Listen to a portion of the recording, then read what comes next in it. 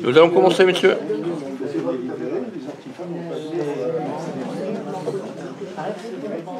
Voilà, les amis. Je vous propose de vous asseoir et nous allons pouvoir commencer. Donc, comme nous l'avions prévu, il y aura donc deux parties et peut-être une troisième partie. On va voir en fonction du temps si Nadia peut nous dire un peu comment elle a vécu le pèlerinage qu'elle a vécu à travers l'Europe et jusqu'en Russie. Donc là, on verra, ça sera fonction de l'écoulement du temps. Alors, nous avons dans l'invitation envoyé un lien avec la conférence que Georges a préparée. Et la formule que nous avons retenue, c'est que, bon, il va introduire un peu le sujet, mais ensuite, il va plutôt répondre à vos questions. Hein, étant entendu que la plupart d'entre vous, vous avez pu aller sur le lien et donc sur le blog où cette conférence est disponible. Et voilà, donc, et ensuite, donc voilà, ça sera la première partie, hein, le coût de la Révolution française et de l'Empire. Et la seconde partie, c'est Michel Léon qui la traitera et qui nous décrira un peu la situation de la France en termes de décentralisation, d'aménagement du territoire, et voilà, et il évoquera un peu au travers de ses grandes connaissances en matière de réseau ferré en France notamment, mais pas seulement. Voilà, donc Georges, tu as la parole, hein, donc tu vas nous faire un peu une synthèse de ce que tu as pu dire, et puis... Eh bien, bonsoir à tous. Je vais d'abord vous donner un peu quelques éléments de bibliographie, puisque pour réaliser la conférence, je me suis basé sur plusieurs ouvrages.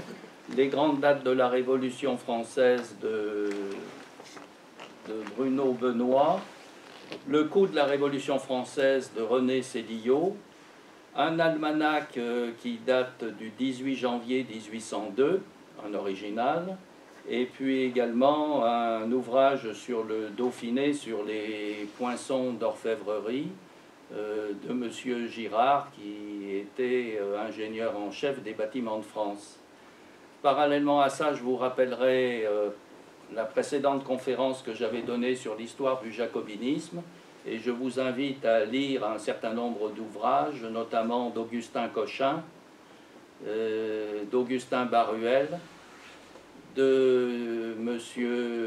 Pichot-Bravard sur la Révolution française, Jacques Bainville sur l'histoire de France et la partie Révolution française, et puis également, pour avoir un panorama des différents courants de pensée, la Révolution française de Michelet. Les outils de la Révolution... Donc je vais d'abord faire un petit résumé de la conférence que j'avais donnée, que vous avez certainement visionnée. Et ensuite je ferai un petit point d'actualité pour faire le parallèle, si vous voulez, entre ce que nos ancêtres ont vécu au moment de la Révolution française et de l'Empire et ce que nous vivons, nous, à l'heure d'aujourd'hui. Quels sont les outils de la Révolution française? La Révolution française, je dirais, ça a été en gros un combat d'idées où les sociétés de pensée ont eu une action importante depuis les années 1772. L'encyclopédie Diderot d'Alembert a été, sur le plan des idées, un cheval de Troie pour propager un peu la Révolution française, ce qu'a été la Révolution française, et notamment au travers d'une propagande souterraine. Le contrat social de Rousseau a été un prélude à des théories séductrices, dont on peut retenir certaines choses qui sont intéressantes et d'autres qui le sont beaucoup moins. Et ensuite, nous avons subi les influences des anglo-saxons depuis Montesquieu. Et puis ensuite avec Benjamin Franklin et la Révolution américaine, avec Lafayette, l'aventure qu'a menée la France auprès des colonies américaines contre la Grande-Bretagne, ce qui nous a coûté sur un plan financier fort cher. Il faut savoir que je rappellerai au passage que la Déclaration des droits de l'homme et du citoyen, c'est une déclaration anglo-saxonne et qui a été mise après au goût du jour en France par le général Lafayette. 1777, si vous reprenez un peu les dossiers sur le martinisme, liberté, égalité, fraternité, qui est la devise de la République à l'heure d'aujourd'hui, a été repris par le Club des Cordeliers dès 1791. Une citation qui me semble importante du comte Kurt von Haugwitz, ministre de Prusse, qui dirigea les loges de Prusse, de Pologne et de Russie, déclaration qu'il a faite dans le cadre du congrès de Vérone en 1822. Tout ce qui arrive en France à partir de 1788 était décidé et préparé dès 1777. Une déclaration qui m'a aussi un petit peu perturbé, celle du sieur Chamfort en 1789. La nation est un grand troupeau qui ne songe qu'à paître et qu'avec de bons chiens, les bergers mènent à leur guise. Vous apprécierez la citation, puisque cette situation, eh bien, pour moi, elle est toujours valable à l'heure d'aujourd'hui. Et notamment, je ferai un parallèle avec ce qu'a eu dit le général de Gaulle des Français. Les Français sont des veaux. Que dire de ce qui s'est passé au moment de la Révolution française? Corruption par l'argent, fausses nouvelles, utilisation de la violence et utilisation de la peur.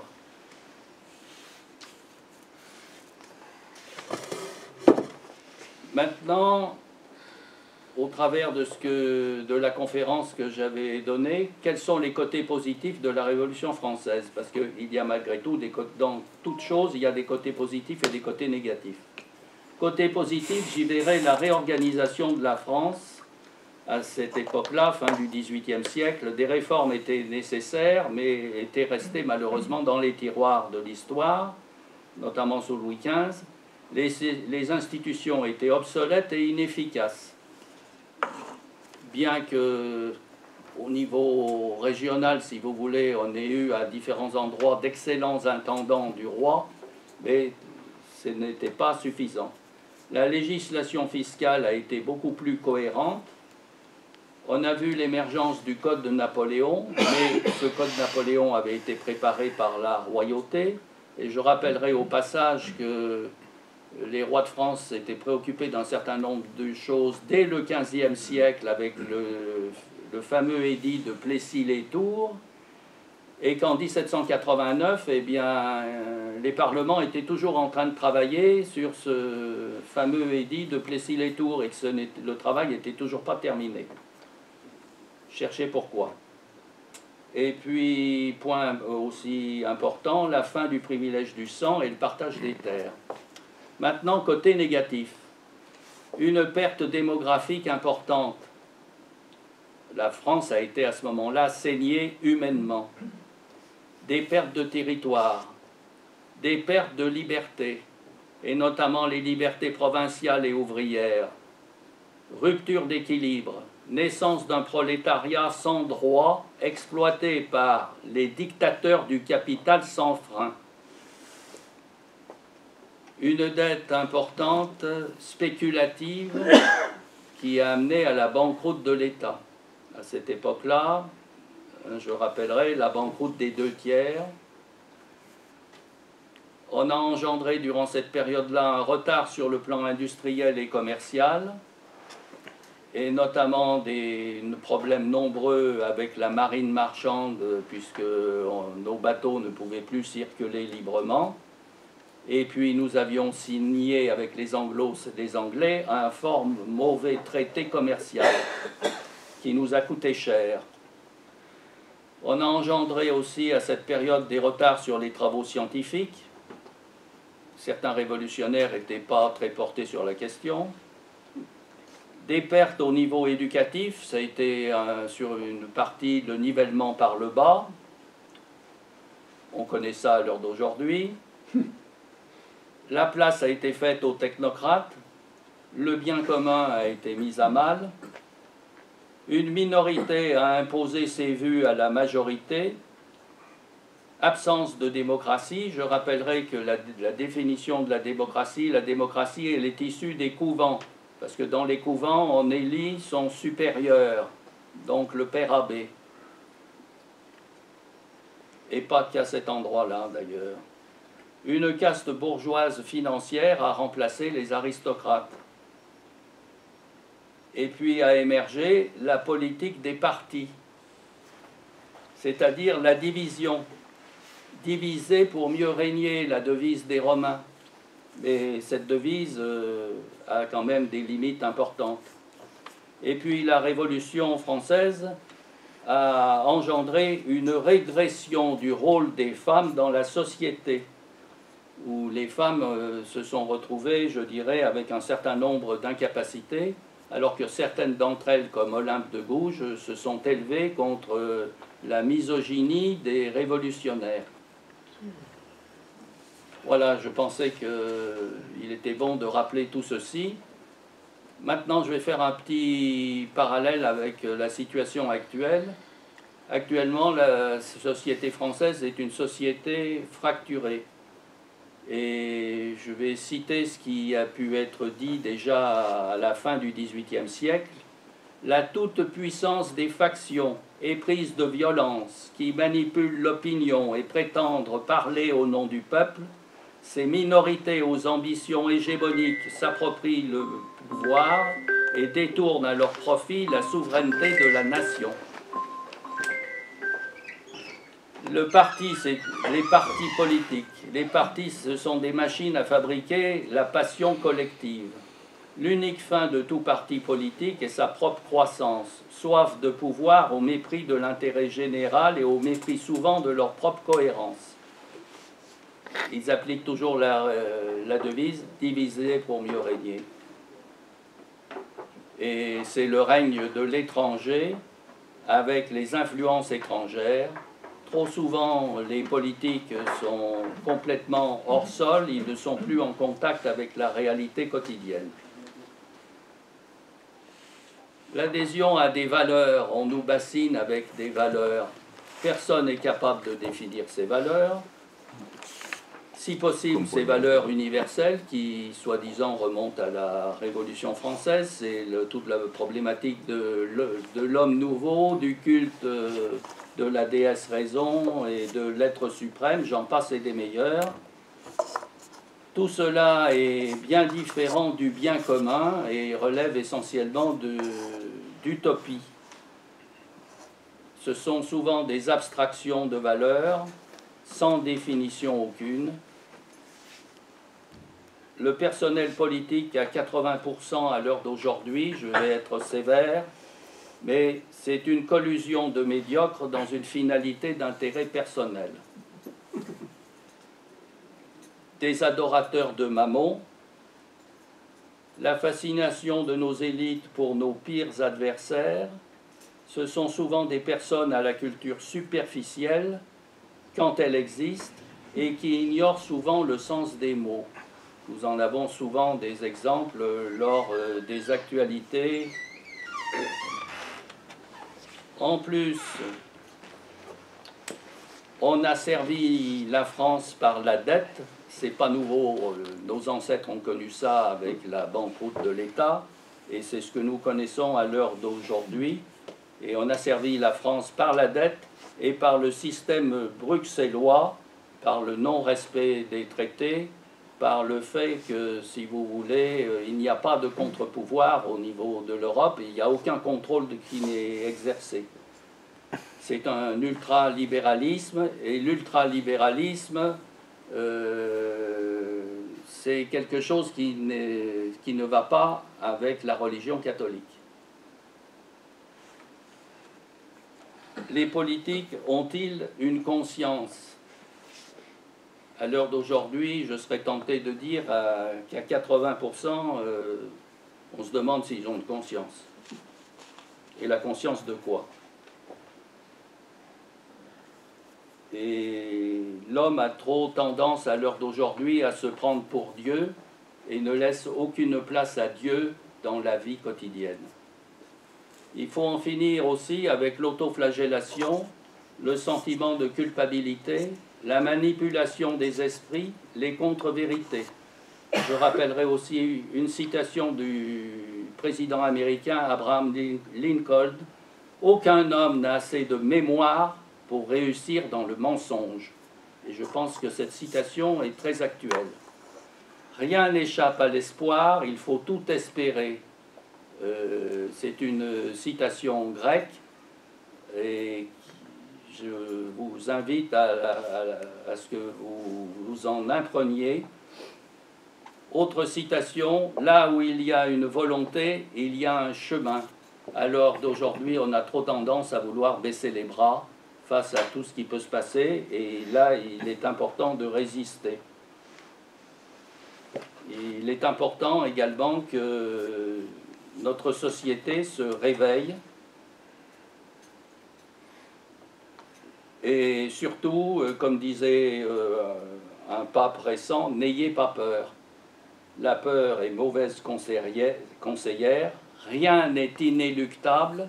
L'inéluctable, il est surtout dans vos têtes, et ça, il faut impérativement aller de l'avant. Alors que la France, même si nous sommes dans une situation qui est difficile à l'heure d'aujourd'hui, nous avons des points qui sont forts, comme l'importance de notre espace maritime. Le français, de par sa nature, est inventif, et ça, c'est ce qui nous sauvera. Et il ne faut pas oublier que la langue française, la culture française, l'art français, la gastronomie française, le goût français et la pensée française sont des choses qui sont très importantes à l'étranger. J'en ai eu encore la preuve cette semaine en discutant notamment avec des Japonais, et qui sont très friands de notre gastronomie française, entre parenthèses, et de la culture d'une manière générale. Donc, sachons rester français. Nous, la France a un patrimoine important, qui est une garantie, même dans une situation financière difficile. Nous avons un siège à l'ONU, nous avons la dissuasion nucléaire, donc tant que la dissuasion est entre nos mains, ma foi, nous sommes dans une situation qui est assez, je dirais, confortable. Face à nos institutions, que faudrait-il faire à l'heure d'aujourd'hui? Un maximum de décentralisation, supprimer le millefeuille des collectivités territoriales et éliminer tous les doublons. La démocratie directe. La démocratie directe, c'est la votation. Là, actuellement, nous sommes représentés par des personnes qui prennent des décisions pour nous, mais qui prennent surtout les décisions de leur parti. Or, il faut rendre la démocratie, pour que la France puisse tourner, il faut rendre la démocratie à sa plus simple expression, telle qu'elle a été en Dauphiné dans le cadre de la République des Escartons dès le Moyen-Âge. Il faut également refonder complètement l'instruction publique et sortir de l'idéologie qui peut voir le jour, et tirer les gens par le haut, parce qu'on ne peut pas travailler avec des ignorants. Et je rappellerai un ouvrage qui m'a un peu choqué, qui était intitulé « La fabrique du crétin ». Oui, c'est très bien. Il faut en finir aussi avec les privilèges et la corruption. On a souvent reproché à l'Ancien Régime les privilèges, mais quand on va gratter un petit peu, la République, elle a aussi ses privilèges. Il faudrait peut-être regarder un peu plus avant ce qui s'y passe. Et puis en finir avec le terrorisme intellectuel et s'approprier, ne pas laisser la culture et les éléments culturels au sein de la gauche. Tout le monde peut s'occuper de la culture. Actuellement, tout ne tient qu'à un fil. Que va-t-il se passer avec l'Europe? Vraisemblablement, l'Europe sera amenée à se dissoudre et à revenir aux fondamentaux du départ, c'est-à-dire à s'occuper uniquement d'économie. Et on ne pourra s'en sortir que s'il y a un retour à la souveraineté nationale. Là, en termes de temps, il faut à peu près compter, selon moi, au moins une dizaine d'années pour arriver à redresser la barre. Mais il ne faut pas baisser les bras et tout est envisageable.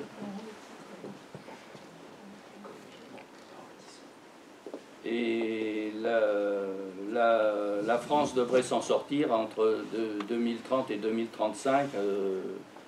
Mais pour ce faire, il y a un point important, à mon sens, et en ce temps de carême, ça fait une semaine, jour pour jour, que nous sommes rentrés dans le carême, et je vais terminer mon propos par une réflexion, si vous voulez, sur la spiritualité. On a dit que le XXIe siècle serait spirituel ou il ne le serait pas. Et moi, je vais vous dire, le XXIe siècle, il va être spirituel.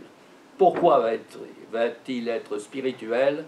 Et pour la bonne et simple raison, c'est que lorsque vous regardez depuis quelques années ce qui se passe avec le pèlerinage de Chartres, toutes les années, il y a une foule de plus en plus importante qui se manifeste. J'ai été aussi très surpris cette année de voir les églises pleines au moment du mercredi des Cendres. Et là, c'est un véritable combat spirituel qui est engagé actuellement. C'est le moment pour les catholiques de se rapprocher des orthodoxes. C'est le moment pour les catholiques de sortir de leur torpeur et de répondre à ce que disait saint Ignace de Loyola à ses disciples, « Allez et incendiez ». Il faut incendier par le verbe, il faut faire connaître ce qu'est le catholicisme. Et ce qui est important, c'est que le peuple de France se convertisse à nouveau, et c'est ce qui lui donnera cet élan qui sera le phare de l'Europe dans les années à venir. Il ne faut pas oublier qu'au niveau de la France a une mission divine à remplir, elle a une protection divine, et une phrase qui m'avait choqué, dite par le Saint-Père il y a X années en arrière, « France, qu'as-tu fait des promesses de ton baptême ?» Et c'est là, dans ce cadre-là, si vous voulez, dans cette période de carême, que l'espoir est là, et que je vous invite à réfléchir à tout ce que je viens de développer. Je vous remercie de votre attention.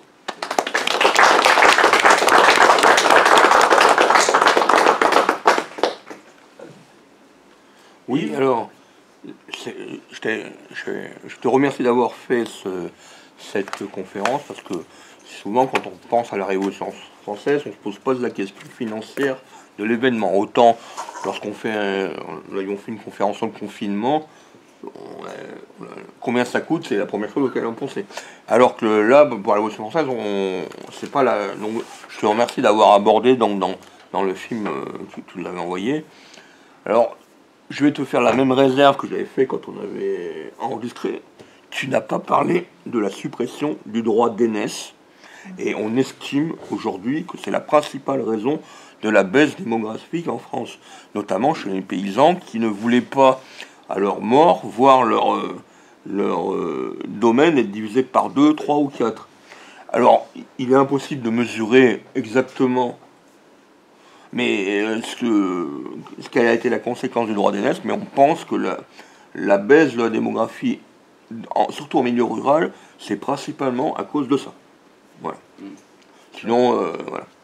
Emmanuel Todd a assez bien développé cet aspect des choses. Oui, Michel?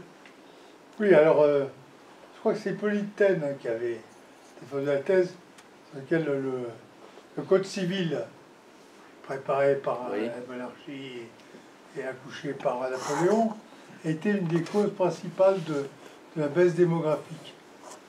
Pour ces raisons, une société dans laquelle la terre, quand elle est partagée, c'est la misère, à un certain niveau. Et voilà. Le second remarque que j'aurais aimé faire, c'est quelque chose que j'ai appris un peu par hasard. Il y a un historien anglais qui a dit que les principales classes sociales bénéficiaires de la Révolution, c'est la noblesse de robe. Pour une raison assez simple. C'est pas faux. Alors, c'est que la noblesse de robe, ce sont des charges dont ils étaient propriétaires. Ouais. À la Révolution, on les a rémunérés pour rendre ces charges publiques, étatiques. Et par conséquent, ils avaient de l'argent. Pas grand chose, c'était des assignats, c'était pas.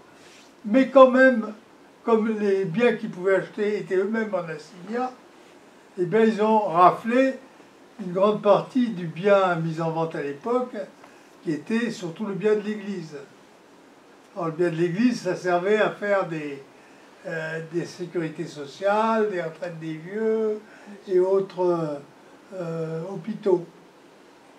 Et donc, ils ont été. Qui a été le plus lésé? C'est évidemment les gens les gens de peu. Et qui a été le plus bénéficiaire? C'est la noblesse de robe.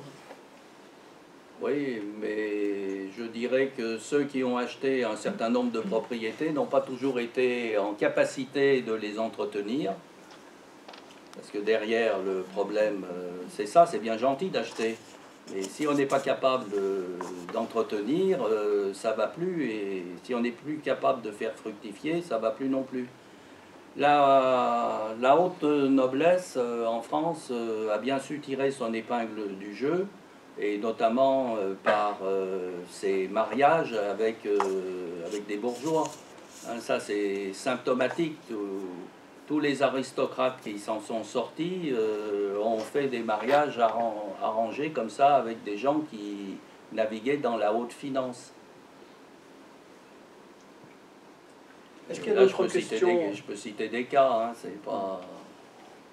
Sur le coup de la Révolution française et de l'Empire, est-ce qu'il y a d'autres questions? Bon, il y a la dimension démographique qui est essentielle. Ah ben, c'est essentiel ça, puisque la saignée que nous avons eue au moment de la Révolution française et de l'Empire, et ensuite la saignée que nous avons eue avec la Première Guerre mondiale, pour la France, c'est quelque chose qui a été dramatique. Cédillo dit dans le coup de la Révolution française et le coup de la terreur, il y a deux bouquins. Le coup de la terreur, oui.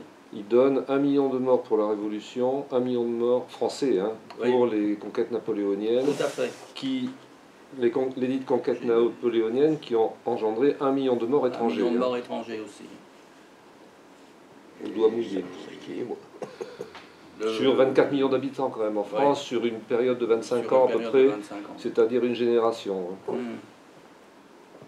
Si je me souviens bien, René Cédillo dit que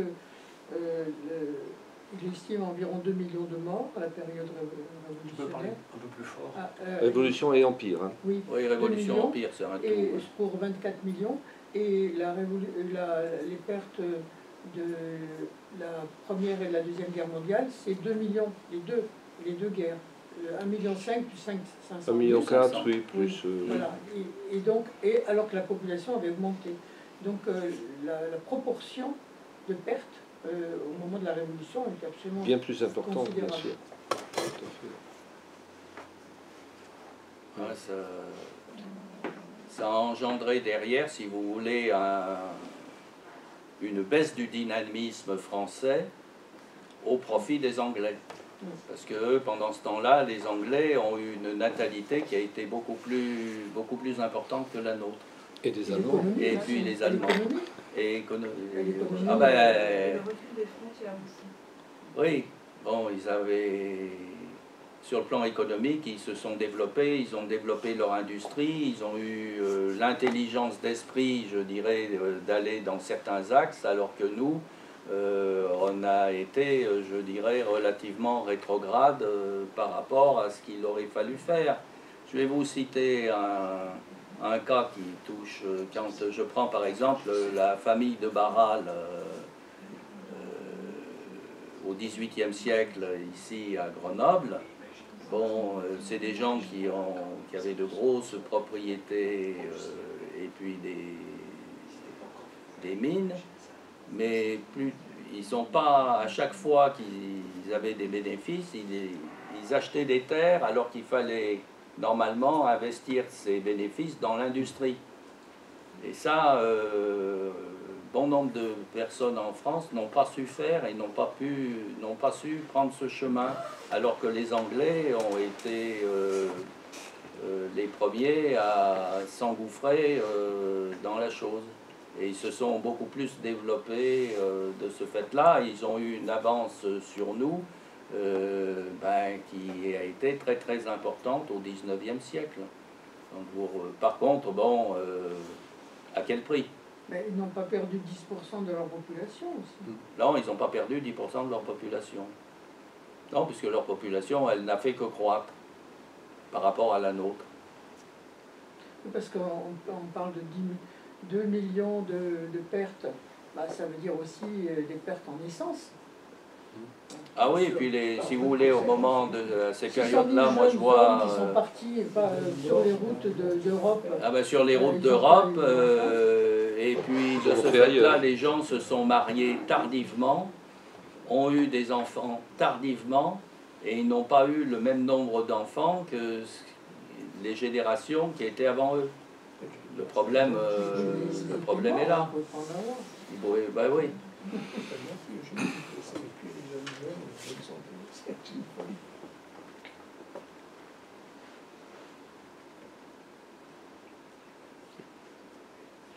Est-ce que vous avez d'autres questions? Alors ce que je vous propose, c'est qu'on passe au second exposé, et puis que voilà, qu'on garde du temps, si c'était possible, pour le troisième sujet que... Mais on va voir, en fonction aussi des questions qui suivront. Michel, est-ce que tu veux bien changer de place? Pour la caméra, c'est plus facile.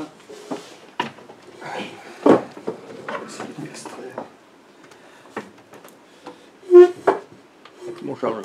Ta charge. Ici.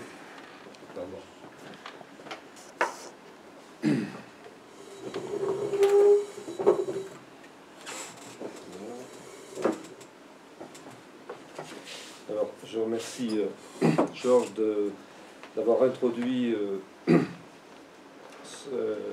ma partie en parlant de politiciens hors sol et de nécessité de la décentralisation. Alors, on est tout à fait d'accord, et c'est un petit peu le sujet que j'aimerais aborder ce soir avec vous.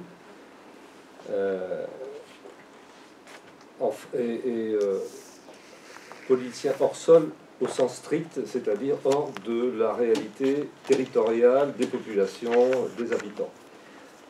En France, plus que dans de nombreux autres pays, dotés d'un système représentatif, nos voisins en particulier, les institutions politiques centralisées, mélange d'autoritarisme, d'utopie et d'éloignement, favorisent les entreprises du nihilisme contemporain.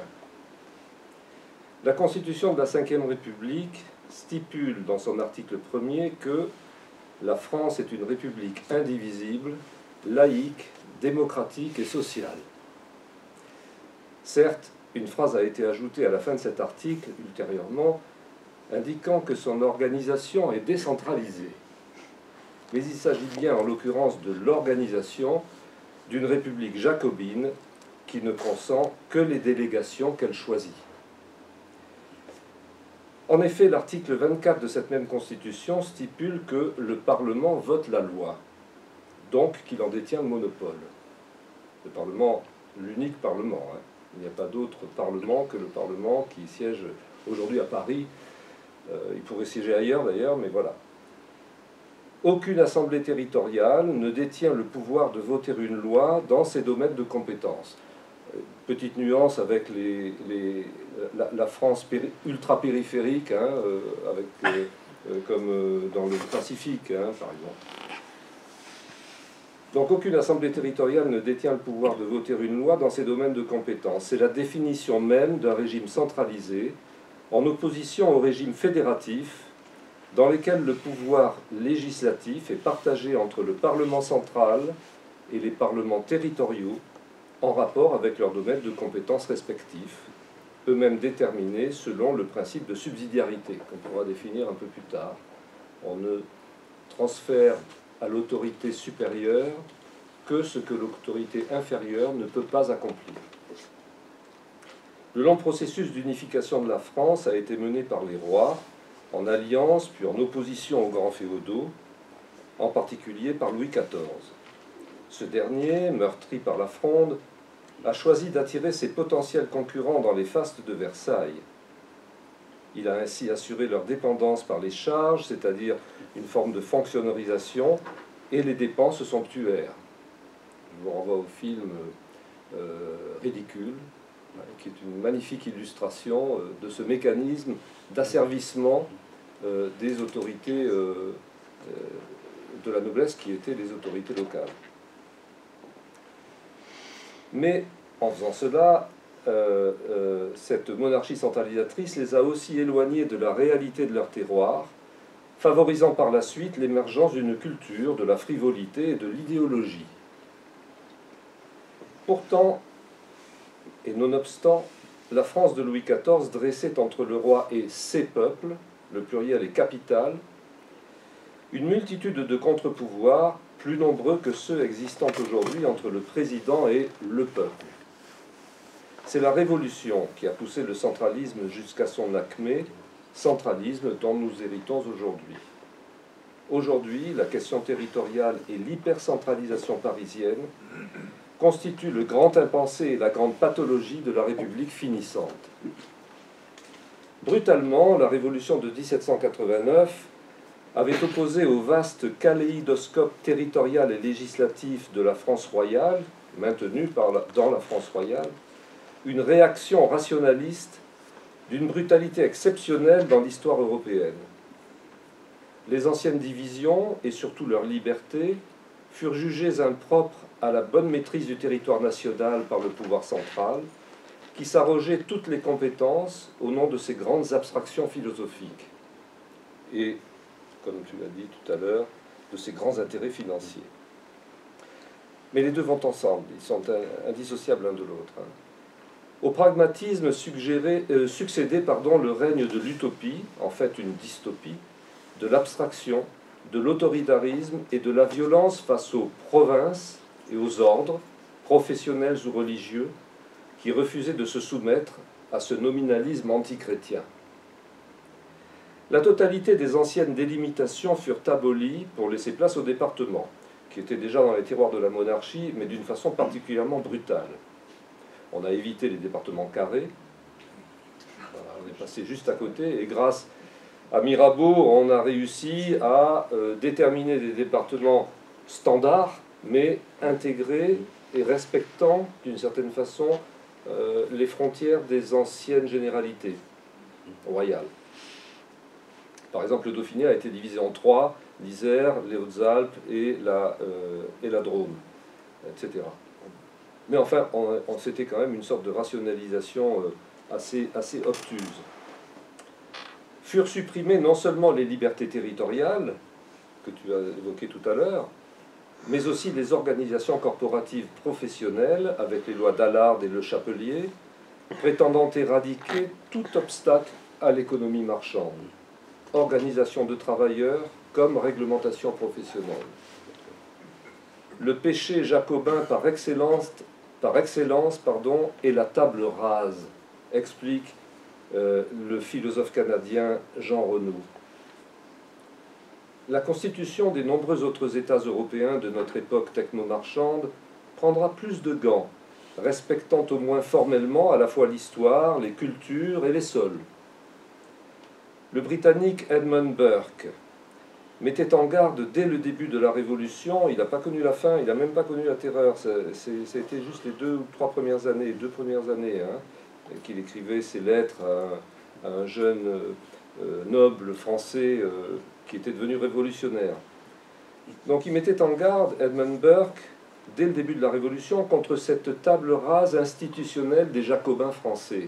Je cite: « Ces constitutions anciennes sont le résultat de nécessités et d'expédients de toutes sortes. Dans la plupart des cas, elles ne doivent rien à la théorie, ce sont plutôt les théories qui dérivent des institutions établies. » Aujourd'hui, 2 réalités font face dans la France actuelle. L'Île-de-France, qui porte un nom prémonitoire, évoquant une île isolée du reste du pays, et la province, singulier de dédain et de négation de la multiplicité des identités régionales, pièces indispensables pourtant à l'identité nationale. Pire, ce terme de province est désormais remplacé par celui de territoire, réduisant les pays à ce qu'ils ont de plus matériel, leur surface. Entre les deux n'émergent que des métropoles, généralement sous-équipées par rapport au centre, c'est-à-dire à la région parisienne. J'avais cité lors d'une précédente conférence à propos des transports, en une décennie, la métropole de Lyon, d'1,5 million d'habitants, a étendu son réseau de métro de 2 stations, quand celle du Grand Paris, 7 millions d'habitants agglomérés, l'aura étendu de plus de 60, sans compter d'autres équipements, avec des stations pharaoniques. Le pire, bien sûr, concerne les agglomérations non métropolitaines, encore infiniment moins bien loties, et désertées par les services publics, auxquels pourtant elles contribuent par l'impôt de la même façon que les populations métropolitaines. Ainsi naît Metropolia. C'est un sociologue anglais ou américain, je ne sais plus, qui a inventé ce mot, qui est repris par Christophe Guilluy en particulier. Et donc, Metropolia, en France, principalement l'Île-de-France, s'oppose à Périphéria, même si cette dernière inclut le vaste centre physique du pays, tant en termes d'équipement public, de développement, que de mentalité et de représentation. Cette périphéria a été brutalement frappée par la désindustrialisation en France, mais aussi aux États-Unis, Metropolia bénéficiant massivement de l'économie de service. 2 mondes se défient, et la division est devenue aussi territoriale que sociologique. Metropolia est peuplée de populations mentalement mondialisées, mais structurellement minoritaires. En haut, ses cadres, ses financiers, ses fonctionnaires, ses start-upers et ses artistes subventionnés, ses universitaires. En bas, ces cohortes de migrants sous-prolétaires déracinés, serviteurs et chimères des précédents. En France, l'hypercentralisation du système politique et médiatique, avec le total monopole de l'État central en matière de législation, donne à cette métropolia, principalement parisienne, et avec ses métastases lyonnaises, grenobloises et autres, un pouvoir et une influence décisifs sur l'ensemble de la vie du pays. Metropolia méprise pour ceux d'en haut, ou menace pour ceux d'en bas, Périphéria, cette France stable, héritière d'histoires propres et enracinées dans ces villes moyennes, souvent désindustrialisées comme je l'ai dit. Périphéria, numériquement et territorialement majoritaire, subit un véritable apartheid imposé par l'élite europhile et mondialisée, laquelle concentre dans ses propres citadelles les investissements publics, la nouvelle économie, l'entre-soi culturel relativiste, hédoniste et multiculturaliste. Quand la submersion migratoire finit par la menacer, cyniquement, elle expulse vers Périphéria ses indésirables. Contrairement aux pays voisins, les provinces, et c'est là qu'on revient à la question du jacobinisme, hein, contrairement aux pays voisins, les provinces de périphéria ne disposent pas de pouvoir politique suffisamment puissant pour équilibrer l'influence du centre. Les pouvoirs décentralisés sont même eux-mêmes souvent imbibés des présupposés de la classe politique nationale et jacobine. Au plan culturel, alors je vais revenir à ce qui s'est passé cet été, parce que ça illustre un petit peu ces propos. La cérémonie inaugurale des Jeux Olympiques de 2024 aura offert une violente illustration de cet entre-soi jacobin, débauche d'images qualifiées par le girondin Michel Onfray de manifestes wokistes exhibés en Mondovision, caricaturalement parisien. Ce spectacle, dit notre philosophe, a bien montré qu'il existe deux France, celle de Paris, remplie par ceux qui nous gouvernent, celle des européistes de droite et de gauche, des insoumis aux macronistes, des sociodémocrates aux staliniens, des gauchistes aux centristes. Ce vendredi soir-là, c'était la grande parade de ces nouveaux conformistes, écrit-il. Et puis il y a la France des territoires, poursuit-il, comme disent les premiers en utilisant le mot des éthologistes quand ils parlent des animaux qui compistent et conchient leur espace vital. La France du petit peuple.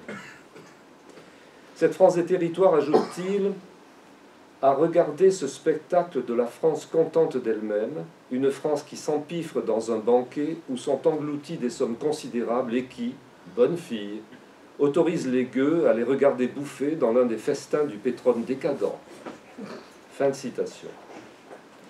Le géographe Christophe Guilluy, dont je vous recommande la lecture en termes d'aménagement du territoire et surtout de déstructuration du territoire, Guilluy pose un diagnostic alarmant. Je cite: « Après plusieurs décennies de cristallisation des fractures géographiques, sociales et culturelles, je ne parlerai plus de fracture, mais d'un véritable schisme. Un schisme culturel entre des classes populaires et moyennes, et non pas seulement, de l'autre côté, les élites ou le 1%, mais avec le monde d'en haut, celui des classes intégrées et supérieures. Pour lui, lors des récentes élections européennes et législatives, le résultat du RN n'est qu'un nouveau coup de bouton.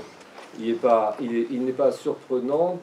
J'ai personnellement vu dans un bourg désindustrialisé qui fut la capitale de la chapellerie européenne, qui s'appelle Chazelles-sur-Lyon.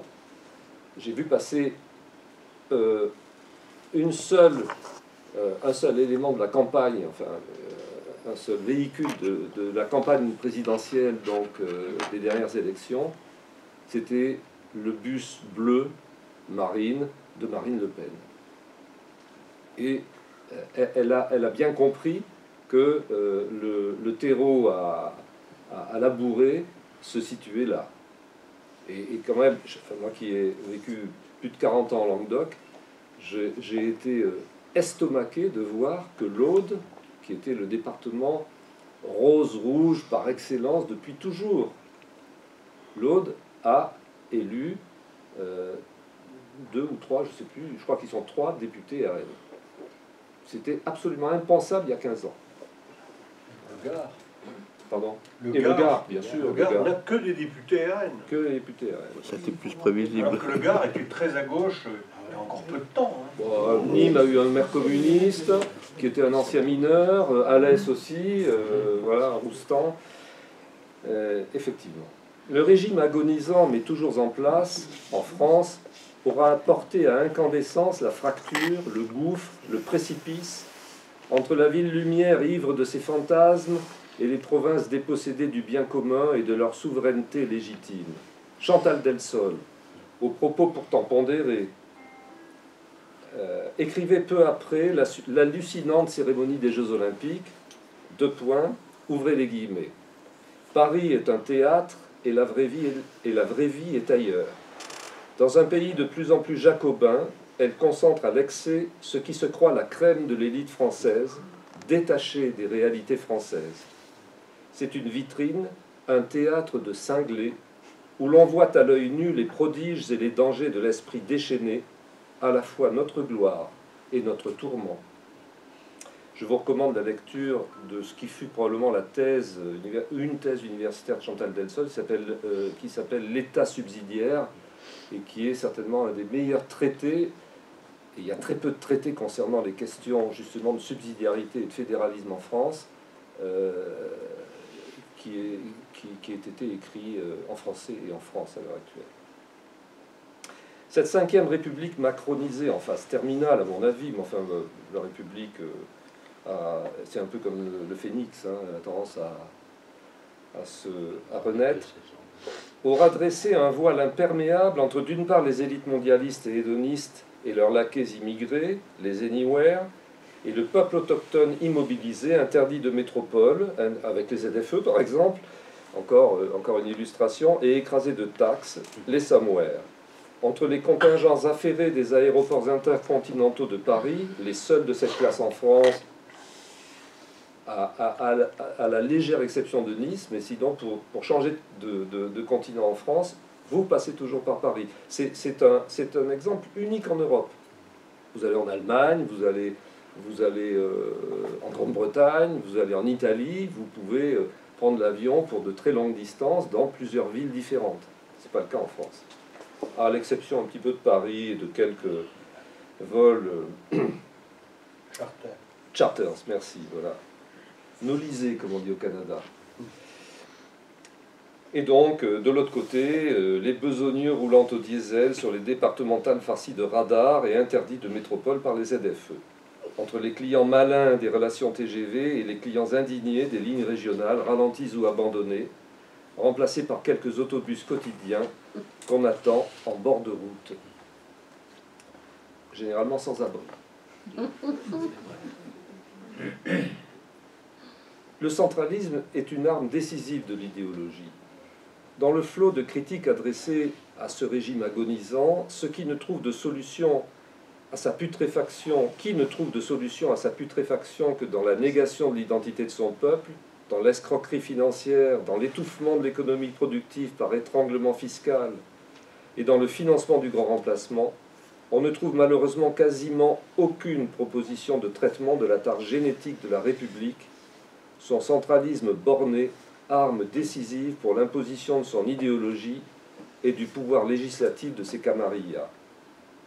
Celles-ci sont maçonniques ou progressistes, égalitaristes pour les autres, élite de Français reniés, anglophiles au temps de la guerre de 100 ans, rappelle Villiers, collaborationnistes germanophiles étrangement issus de la gauche au temps de la dernière guerre mondiale, islamophiles et décolonialistes aujourd'hui. Le drame de la France, plus que d'autres pays, est bien de ne connaître aujourd'hui, contrairement à l'ancienne France hérissée de liberté, nonobstant les centralismes royaux successifs, cette France donc ne connaît aucun contre-pouvoir territorial à même d'adapter ou de contrecarrer, dans des compétences élargies, la production législative de l'oligarchie nationale. Cette réalité politique pyramidale, aggravée sous Hollande avec la fusion autoritaire des régions, est scandaleuse. Le Languedoc-Roussillon a voté, le Conseil régional, élu au suffrage universel, a voté à l'unanimité, moins une abstention, le refus de fusion avec Midi-Pyrénées, et elle a pourtant été imposée. C'est pareil pour l'Alsace. Donc aggravé sous Hollande, sous Macron, avec le désarmement fiscal des collectivités, la fin de la taxe d'habitation, etc., se double d'autres centralisations physiques, celle des pouvoirs financiers, économiques, médiatiques et majoritairement universitaires dans la seule capitale et ses périphéries, avec tout l'entre-soi que cela induit. La situation géographique d'un commandement, et je trouve ça très important, influe sur la subjectivité de ses détenteurs. La concentration des divers pouvoirs facilite l'entre-soi et dissocie les décideurs des modes de pensée, des héritages spécifiques, des besoins particuliers, des spécificités physiques et climatiques des composants de la nation. La boucle besoin-décision est évidemment plus longue, périlleuse et complexe dans un système jacobin que dans un système fédératif, car l'État centralisé ignore et méprise le principe de subsidiarité, ce principe qui le transfère, je le rappelle, à l'autorité supérieure que les compétences que l'autorité inférieure ne peut évidemment pas assumer. Il tend toujours, ce pouvoir central, à défendre ses prérogatives hors de proportion. Tous les socialismes, tous les autoritarismes sont centralisateurs, tous les centralismes sont autoritaires ou socialistes. Je vous donne un exemple tout simple à propos de l'Allemagne. Il y a eu aussi une évolution vers une centralisation en Allemagne, principalement d'ailleurs grâce à Napoléon Bonaparte, qui nous a bien mis dans le potage en suscitant le surgissement de la Prusse et sa domination de l'Allemagne. Mais il y a eu deux régimes jacobins en Allemagne. C'est le Troisième Reich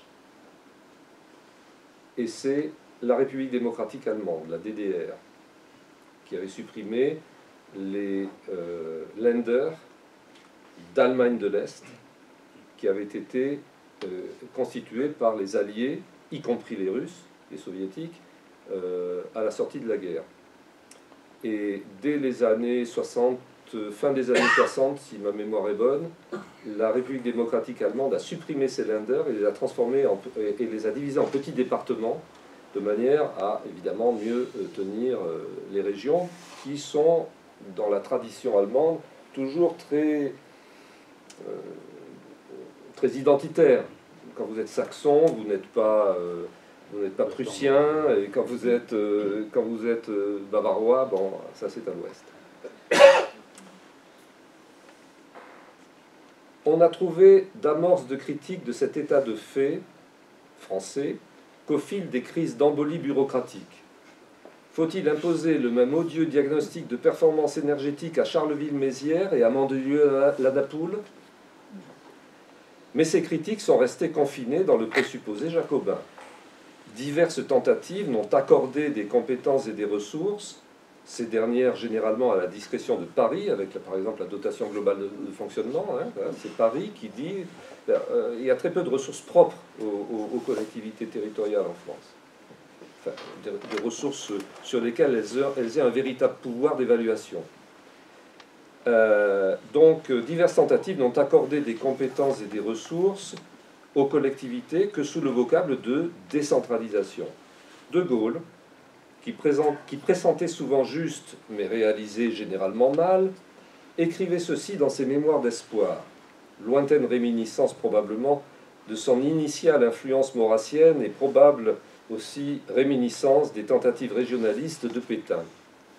Je cite: « Comme il se trouve que les anciennes provinces ont conservé leur réalité humaine, disait-il avant le dernier référendum qu'il perdit d'ailleurs, sur la régionalisation et sur le Sénat, comme il se trouve que les anciennes provinces ont conservé leur réalité humaine en dépit de leur officielle abolition, on parle toujours du Dauphiné, il n'est que de les faire renaître sur le plan économique, par-dessus les départements, sous la forme et le nom de régions, chacune ayant la taille voulue pour devenir le cadre d'une activité déterminée. » Voilà ce que disait De Gaulle avant le référendum de 69. À Lyon, en mars 68, à la veille des événements de mai, déjà, il s'avançait encore, il disait « L'évolution générale porte en effet notre pays vers un équilibre nouveau. Les formes multiséculaires de centralisation, qui fut longtemps nécessaire à notre pays pour réaliser et maintenir son unité malgré les divergences des provinces qui lui étaient successivement rattachées, ne s'imposent plus désormais, disait-il. Au contraire, ce sont les activités régionales qui apparaissent comme les ressorts de sa puissance économique de demain. » Mais De Gaulle ne remet toutefois pas en cause le monopole législatif, point dur du régime jacobin. De Jean-Marcel Jeanneney, ministre chargé des réformes constitutionnelles en 69, il exige par exemple la censure de l'expression « territoire de la région ». C'est assez symptomatique. Il lui dit « Une région n'a pas de territoire, seule la nation en a un ». Et il a écrit, rapporte Jeanneney à la main, 2 points, la partie correspondante du territoire national. Gaston Defferre, avocat natif du Gard devenu ministre et propriétaire du Provençal, pris les armes à la main, Jean-Pierre Raffarin, cadre du privé natif de Poitiers, devenu Premier ministre, Adrien Zeller, agronome né à Saverne, devenu président de la région Alsace, qui d'ailleurs a été un des hommes qui a inventé les TER régionaux, sont parmi les politiciens français qui ont le plus fait avancer la décentralisation, c'est-à-dire la dévolution de compétences à des assemblées certes élues, mais toujours considérées comme des maillons administratifs de l'État. À ce point-là, je voudrais rappeler quelque chose. En France, le président d'une assemblée territoriale, que ce soit par exemple le maire de Grenoble, le président du conseil municipal de Grenoble, le président du conseil départemental de l'Isère, le président du conseil régional Auvergne-Rhône-Alpes, est aussi son exécutif, le chef de son exécutif. C'est seule la Corse, en France métropolitaine, avec le régime Jospin, connaît une différence entre le pouvoir exécutif et le pouvoir, on va dire, délibératif. Il n'est pas législatif, mais il vote quand même un budget, donc automatiquement, c'est une forme de législation. Vous allez en Italie, le maire de Turin, qui est l'exécutif de la ville de Turin, n'est pas le président du conseil municipal. Il est président de la Giunta Municipale, qui est le conseil exécutif du conseil municipal de Turin. C'est pareil à Barcelone, c'est pareil dans toutes les grandes villes allemandes, c'est pareil évidemment dans toutes les régions qui sont plus ou moins autonomes de nos pays voisins, que ce soit l'Italie, que ce soit l'Espagne, que ce soit l'Allemagne, que ce soit la Belgique, que ce soit la Suisse évidemment. Donc on ne respecte pas la division des pouvoirs sous prétexte que ce sont des assemblées, ce sont des pouvoirs purement administratifs. Vous voyez ? Continuons.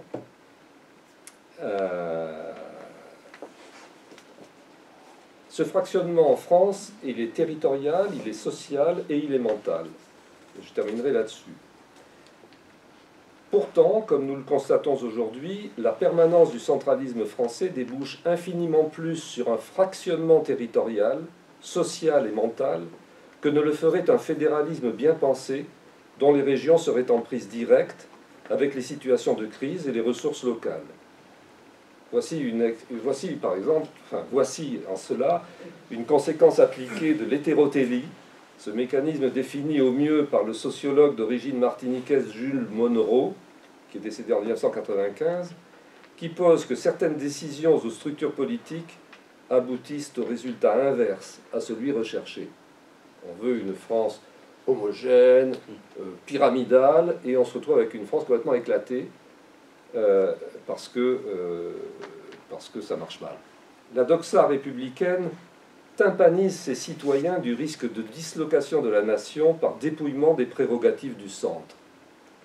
Or, la petite patrie, après la famille, est le premier niveau d'intégration politique, sociale, culturelle et de contrôle populaire.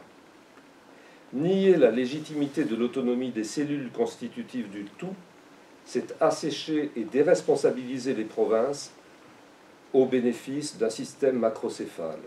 C'est refuser l'émulation par l'expérimentation de politiques publiques et d'adaptations institutionnelles. C'est remplacer la fierté venue de la terre, de la mer et des montagnes, de l'héritage et des traditions politiques par l'affaissement mental face au Moloch étatique. La droite nationale et populaire restera à jamais, à mon avis, handicapée si elle renonce à franchir le pas d'une critique radicale du jacobinisme et d'une reconstruction des institutions à partir de la réalité patiemment vécue plutôt qu'à partir de dogmes aujourd'hui devenus fous. L'histoire récente des États-Unis d'Amérique le montre. La saine réaction à la folie nihiliste de la gauche est venue d'États fédérés, posant la critique du pouvoir fédéral comme l'un des principaux leviers de son succès.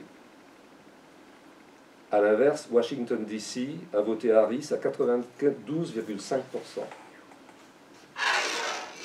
je vous donnerai simplement l'État de Californie, qui est démocrate, il est un petit peu moins maintenant, mais bon, quand même, il est démocrate depuis longtemps, hein, Schwarzenegger, c'est de l'histoire ancienne.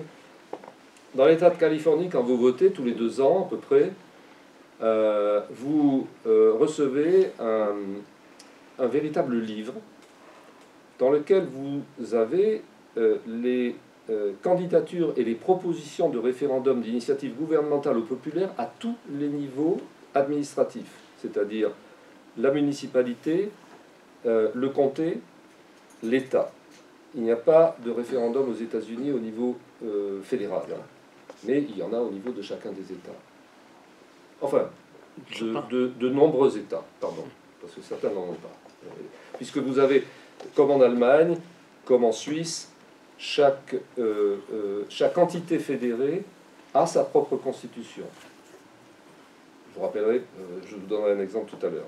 Je ne vais pas vous remplir trop le cerveau, parce que je vais être un petit peu long là peut-être, non? Bon, on continue. En France, la technique du garrotage de cette périphéria,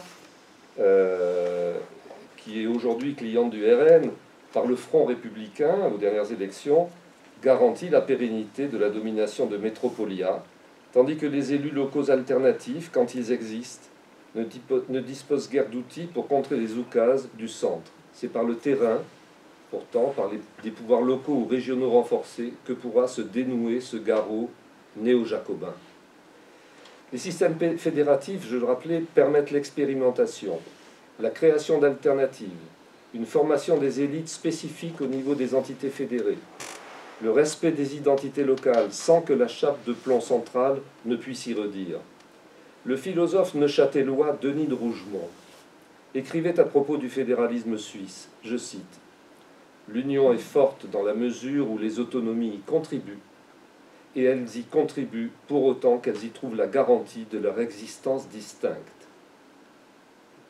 C'est certainement une des plus belles expressions que j'ai trouvées dans cette critique du jacobinisme. Et inversement, comme le prouve la France. Le schisme entre le bloc élitaire de Paris et de ses répliques métropolitaines d'une part, la longue cohorte marginalisée des provinces de France d'autre part, nourrit une détestation aujourd'hui réciproque, mépris dans un sens, délégitimisation dans l'autre. La revitalisation et la pacification de la France passent aussi, pas seulement bien sûr, par la redistribution institutionnelle de ses pouvoirs. La politique est moralement proche du peuple quand le peuple est physiquement proche de la politique. Je vous remercie.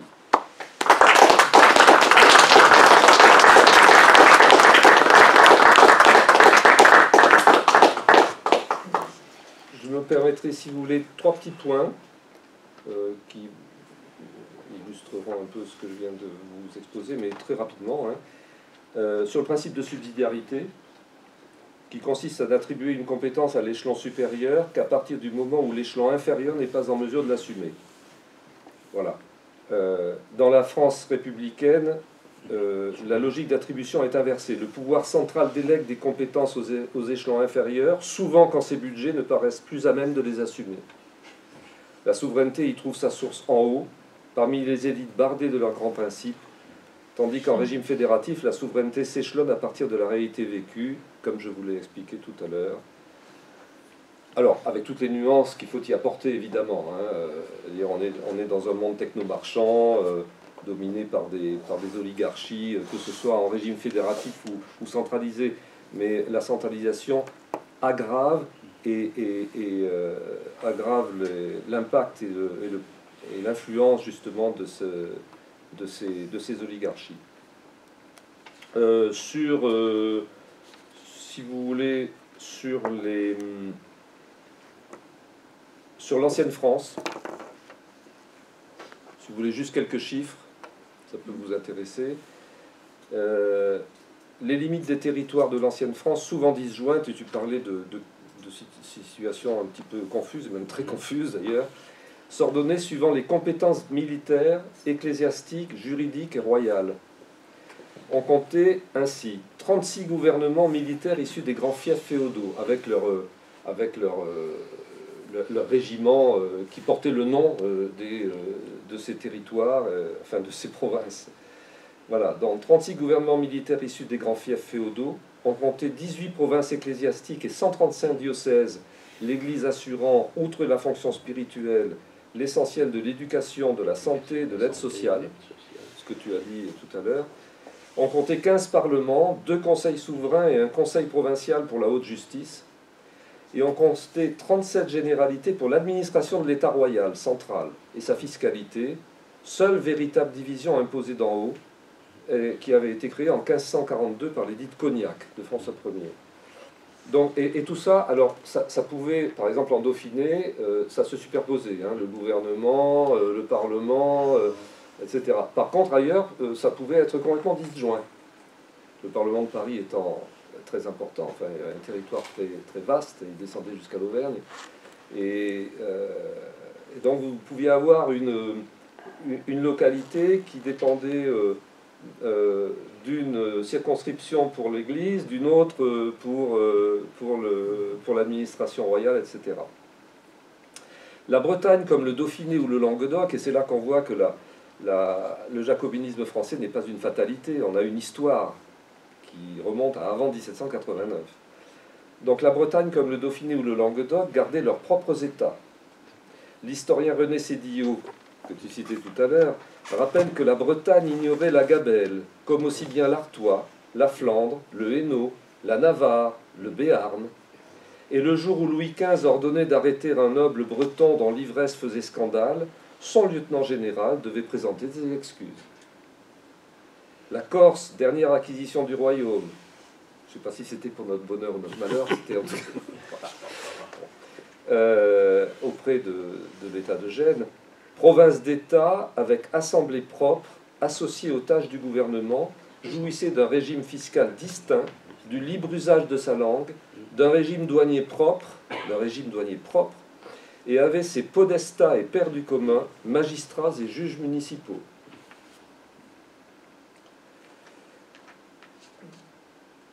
Alors, à propos aussi de la tyrannie centralisatrice de la République, je vais juste vous donner, enfin de la République et des régimes qui ont suivi en tout cas la Révolution, je vais juste vous donner un petit élément qui peut vous éclairer.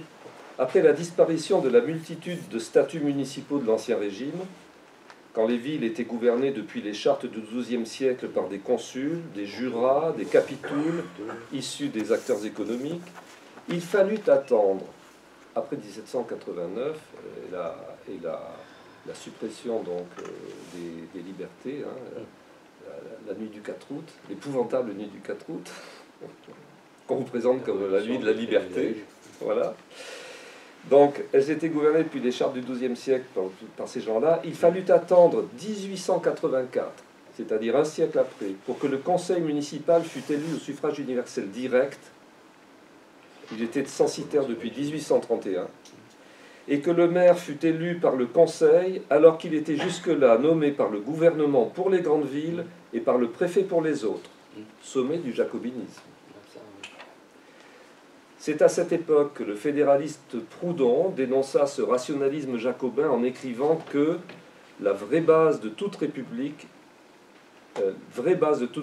la commune est par essence, comme l'homme, comme la famille, comme toute individualité ou collectivité intelligente et morale, un être souverain. Ce fut aussi d'ailleurs dans les années 1880 l'époque de la résurgence des identités régionales, bretonnes, méridionales, avec Mistral, avec etc. Voilà. Voilà à peu près ce que j'avais à vous dire. Merci Michel.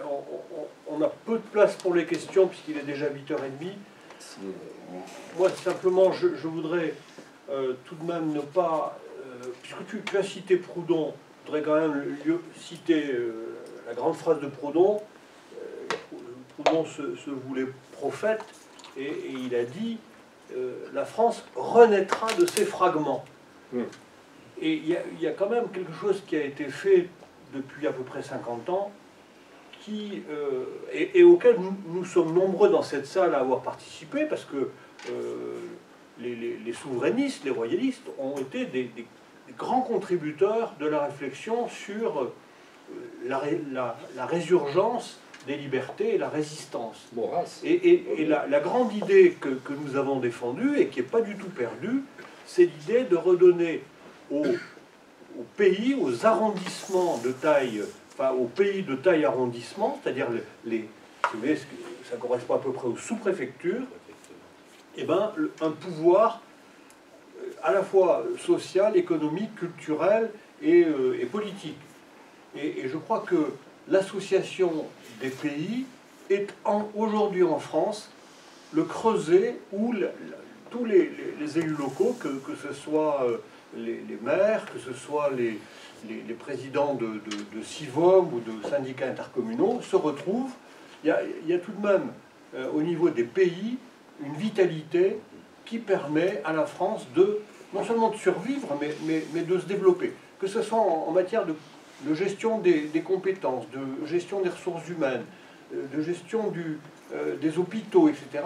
On s'aperçoit que c'est vraiment les bassins d'emploi correspondant aux anciens arrondissements, donc aux sous-préfectures, c'est là que se passe la vraie vie, la vraie coopération intercommunale, c'est là qu'il y a la meilleure péréquation et la meilleure optimisation des moyens. Hein. Et alors, c'est particulièrement vrai en Dauphiné, mais c'est aussi vrai en Provence. Moi, j'ai un pied en Dauphiné, un pied en Provence, et on voit que c'est vraiment les pays qui sont, pour l'avenir, en tout cas, la grande chance de la France. Mais c'est un travail qui a largement commencé, mais qui est souterrain, et c'est vrai que alors Pasqua avait essayé de... Les Voisnez aussi avec les pays. Oui. Mais moi, je pense que les solutions, on les a. On les a, elles sont à notre portée, et donc il ne faut pas désespérer. On a des... alors c'est certes que Maurras nous a appris, par le politique d'abord, que ça n'était qu'au niveau national que le salut pouvait exister, et que la reconstruction de la cathédrale effondrée par le bas était vouée à un échec parce qu'on ne peut pas construire sous un bombardement. Le bombardement jacobin continue, donc il est très difficile de reconstruire la France par le bas. Il n'empêche, je suis tout de même convaincu que c'est en prenant des responsabilités au niveau des communes, mais aussi tout ce qui est intercommunal et notamment des pays, que nous allons pouvoir sauver notre pays et le sortir justement de cette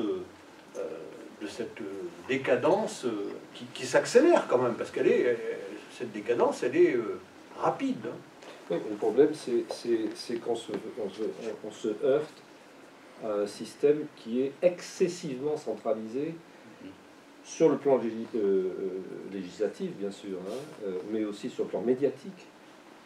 On a un système médiatique qui est en France exclusivement parisien, au point d'ailleurs, qu'il est plus d'ailleurs qu'avant-guerre, au point que les journaux régionaux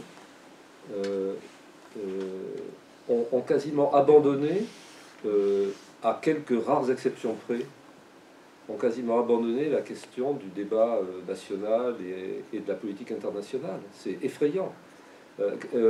Allez à la bibliothèque municipale et vous sortez un exemplaire du Petit Dauphinois ou de la République du Sud-Est, qui était le journal plutôt à droite, et le Petit Dauphinois radical socialiste. Vous le sortez, vous regardez la une de... Je sais pas, Le Petit Dauphinois n'était pas...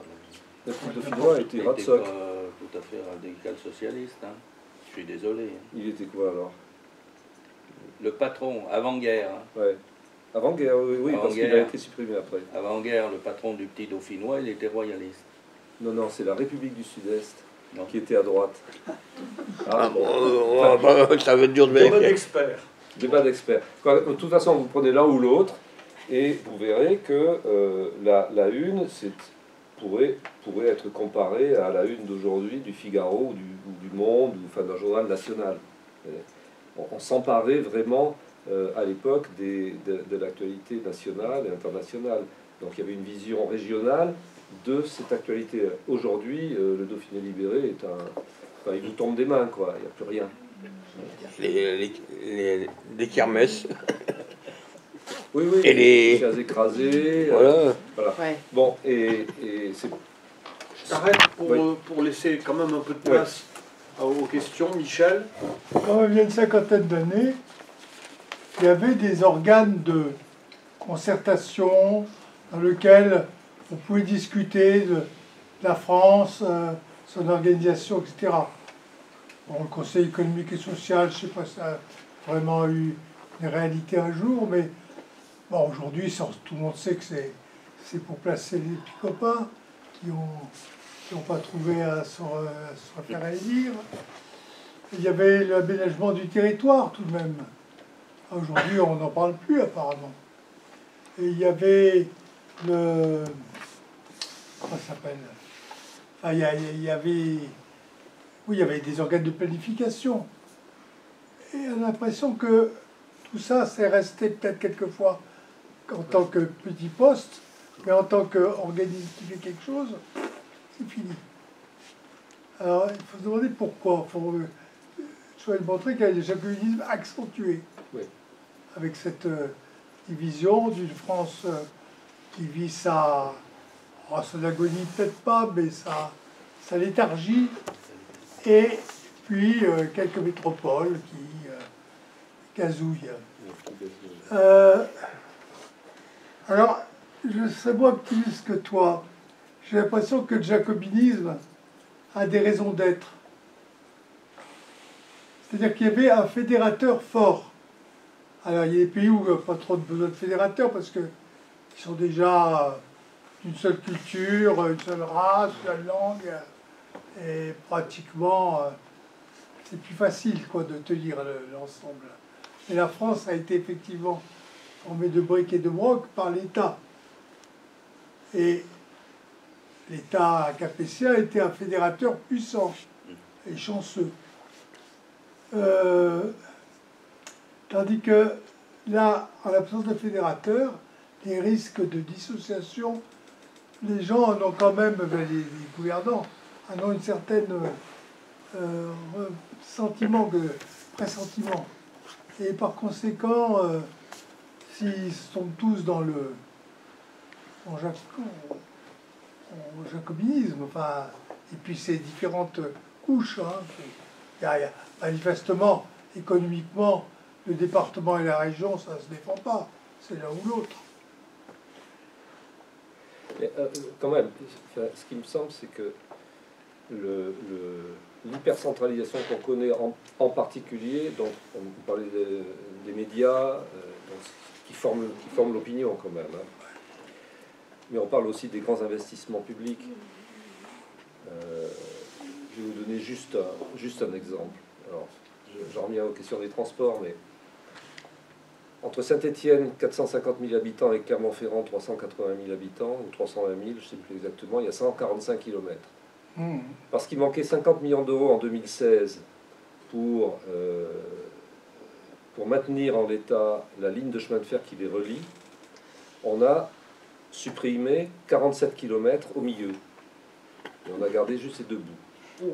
Il manquait 50 millions d'euros. D'accord? Ok. On vient d'ouvrir en région parisienne 6,5 km d'une ligne nouvelle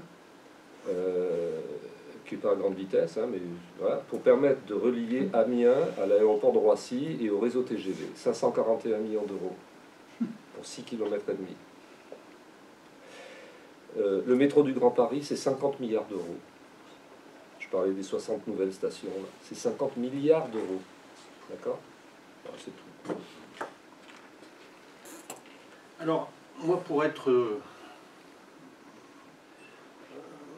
voilà, pour porter un peu d'espoir, ce que je vois, c'est que les grands médias ont une audience au-delà de... Enfin, chez les Français âgés, qui lisent les journaux, mais au-delà... Enfin, en deçà de 50 ans, plus personne ne lit un journal. Et les Français de demain, bah, ils sont plutôt sur les réseaux sociaux. Moi, hier, j'assistais à une visioconférence et j'étais vraiment complètement décalé par rapport à des gens qui ont, allez, entre 30 et 50 ans. Ils ont un vocabulaire et une aisance, une agilité et une intelligence du réseau social que je n'ai pas, et puis que en plus j'ai pas tellement envie d'avoir, parce que je regarde ma montre et que voilà, j'ai pas non plus 30 ans à vivre, donc je préfère m'investir dans d'autres domaines que les réseaux sociaux. Mais quand je vois quand même tout ce qui s'y passe, je m'aperçois qu'il y a tout de même la résistance aujourd'hui, elle existe. Oui. La résistance existe. Moi, je le vois en Provence, mais je le vois aussi en Aquitaine, en Languedoc, à Bordeaux. Il y a tout de même des jeunes Français, garçons et filles, qui se réunissent, qui à nouveau chantent, boivent, s'amusent, etc. Ce qui avait quand même disparu. Souvenons-nous que ça avait disparu. Ces grands banquets, ces grands banquets français, gaulois, ça avait disparu. Or, ça réapparaît. Ça réapparaît. Donc, il se passe des choses, et je pense que cette France d'en bas, elle existe, et on doit, au contraire, y être attentif, notamment cette opposition que nous sommes en train de mener, on n'est pas les seuls, avec le Rassemblement National, avec Reconquête, avec d'autres, contre les zones à faible émission.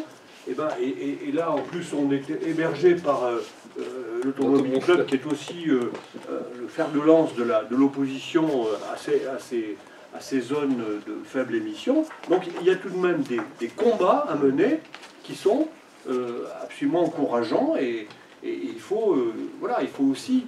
je pense qu'au sein de l'Association des maires de France, avec David Lisnard et avec le maire de Cannes, il y a des collaborations possibles, il y a toi, Jean-Marie, qui a connu le monde des collectivités territoriales, est-ce que tu ne penses pas qu'il y a tout de même, chez les élus locaux, la possibilité de mobiliser des gens pour reprendre le contrôle, tout simplement? Oui, alors merci de m'interpeller, parce que c'est l'opportunité pour moi de citer le nom d'un personnage éminent que tu as omis de citer, dont je veux prononcer le nom ici, c'est Olivier Guichard.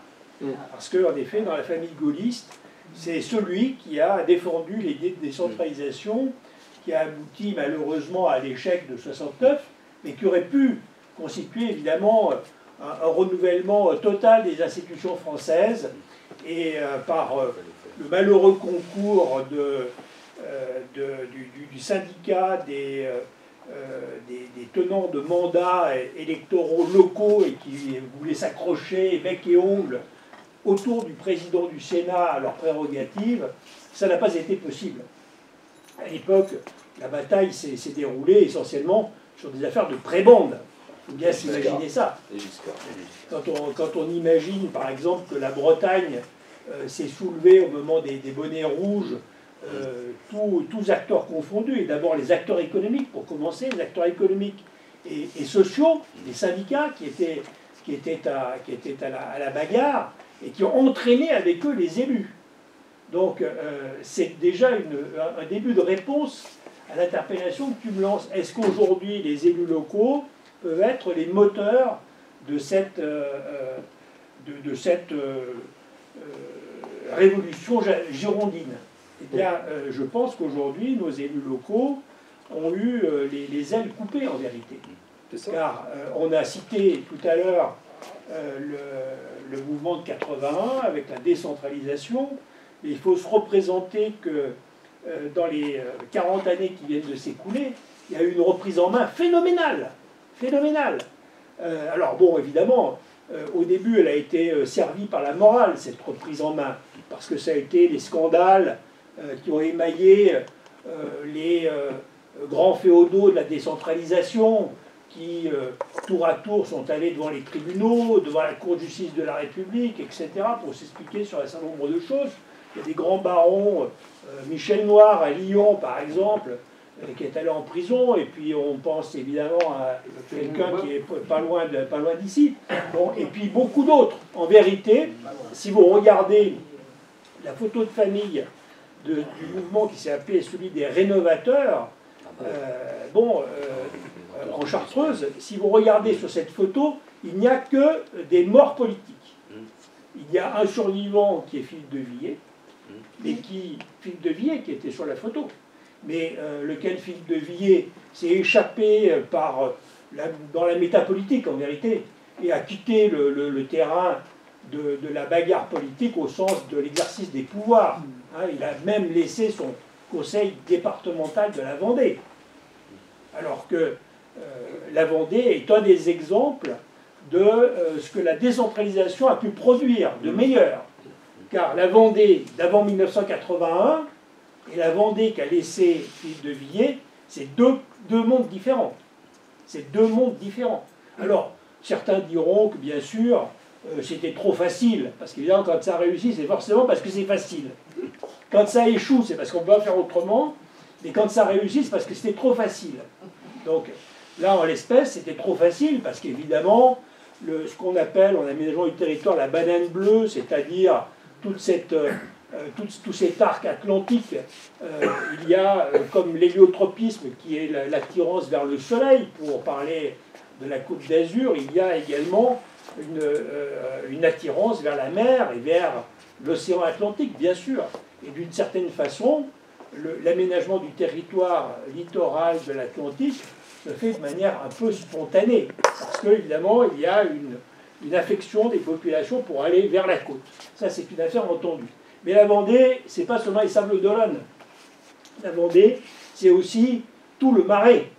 Bon. Et dans ce Marais où il a fait naître, dans un Paris fou, le Puy du Fou, appuyant le projet de développement territorial sur la ressource culturelle, ce qui est encore un deuxième Paris fou, hein, eh bien, il a fait la démonstration de ce que le principe de subsidiarité pouvait donner de meilleur lorsque les élites locales, plutôt que d'aller vendre pour pas cher leurs talents à Paris, s'accrochaient à leur territoire au milieu de leur population, de leurs gens, ça réussissait des choses extraordinaires. Un autre exemple, pas très loin finalement, c'est l'exemple du Futuroscope de Poitiers. Alors, vous savez, on a beaucoup moqué un président du Sénat qui s'appelle René Monory. Et René Monory, de façon très méprisante, à Paris, il l'appelait le garagiste, parce que c'était un concessionnaire auto. Et donc, qu'est-ce que peut bien faire pour la politique française un garagiste? Un garagiste. Bon, et il était accompagné d'un gamin à l'époque, qu'on a retrouvé par la suite commissaire européen. Je parle de Thierry Breton, qui était le directeur général du département de la Vienne. Il avait 30 ans, c'était un très jeune directeur général. Et bon, on sait maintenant que son intelligence artificielle, il la tenait de René Monory, puisqu'ensemble, ils ont fait le Futuroscope, qui présente ces caractéristiques très remarquables, que le Futuroscope public gagnait de l'argent, quand le Futuroscope vendu au privé a perdu de l'argent avant d'être redépartementalisé. Ce qui est quand même quelque chose d'assez extraordinaire. Il faut quelquefois reconnaître que une gestion publique bien menée peut être supérieure à une gestion privée. Donc, tout cet univers-là, j'en reviens à la photo de famille là, des rénovateurs qui étaient souvent des baronnets de la décentralisation des années 80, tous ont péri dans la bataille pour le pouvoir de l'État, justement. Parce qu'en fait, c'est ça l'histoire.